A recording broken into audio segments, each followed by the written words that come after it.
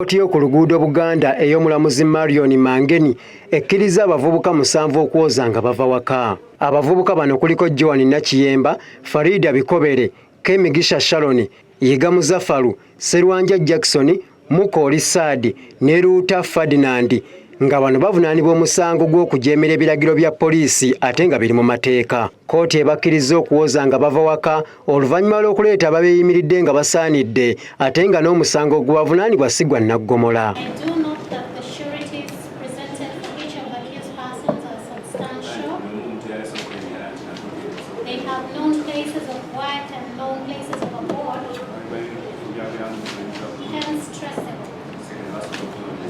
I also note that the prosecution was particularly opposed to the sureties presented on behalf of A5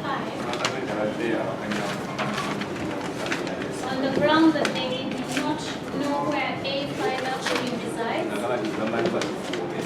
I take cognizance of the fact that these two sureties can be traced.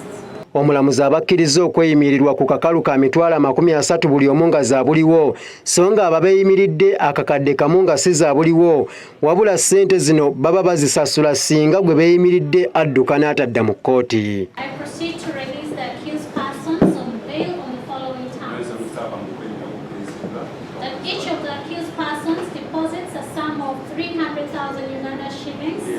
In the banks prior to their release, that each surety executes a bond of 1 million with the court, and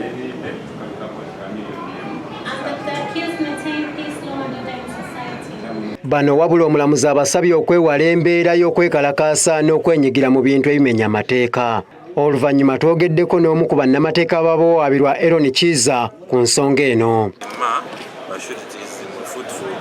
Balina okuwa 1 million nga teziri za kashi ate balina okweyisa bulungi batadde.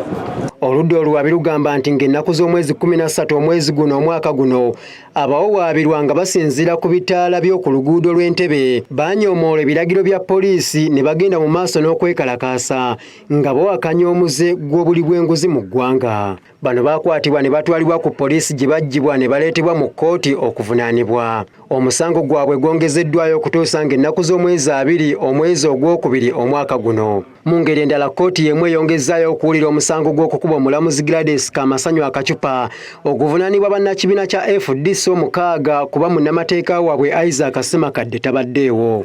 Abavunaanibwa kuliko Augustine Ojobire, Katumba Moses, Waiswa Abdallah, Zaina Katuma, Wanyera Simon ne Kabali Jowero nga bano babadde bazze mu kkooti okuddamu okusomera omusango ogusooka oluvannyuma lw'oludda oluwaabi okukyusa mu mpaaba yaalwo. Omusango gwabwe gwongezeddwayo okutuusa ng'ennaku z'omwezi 5 omwezi ogujja.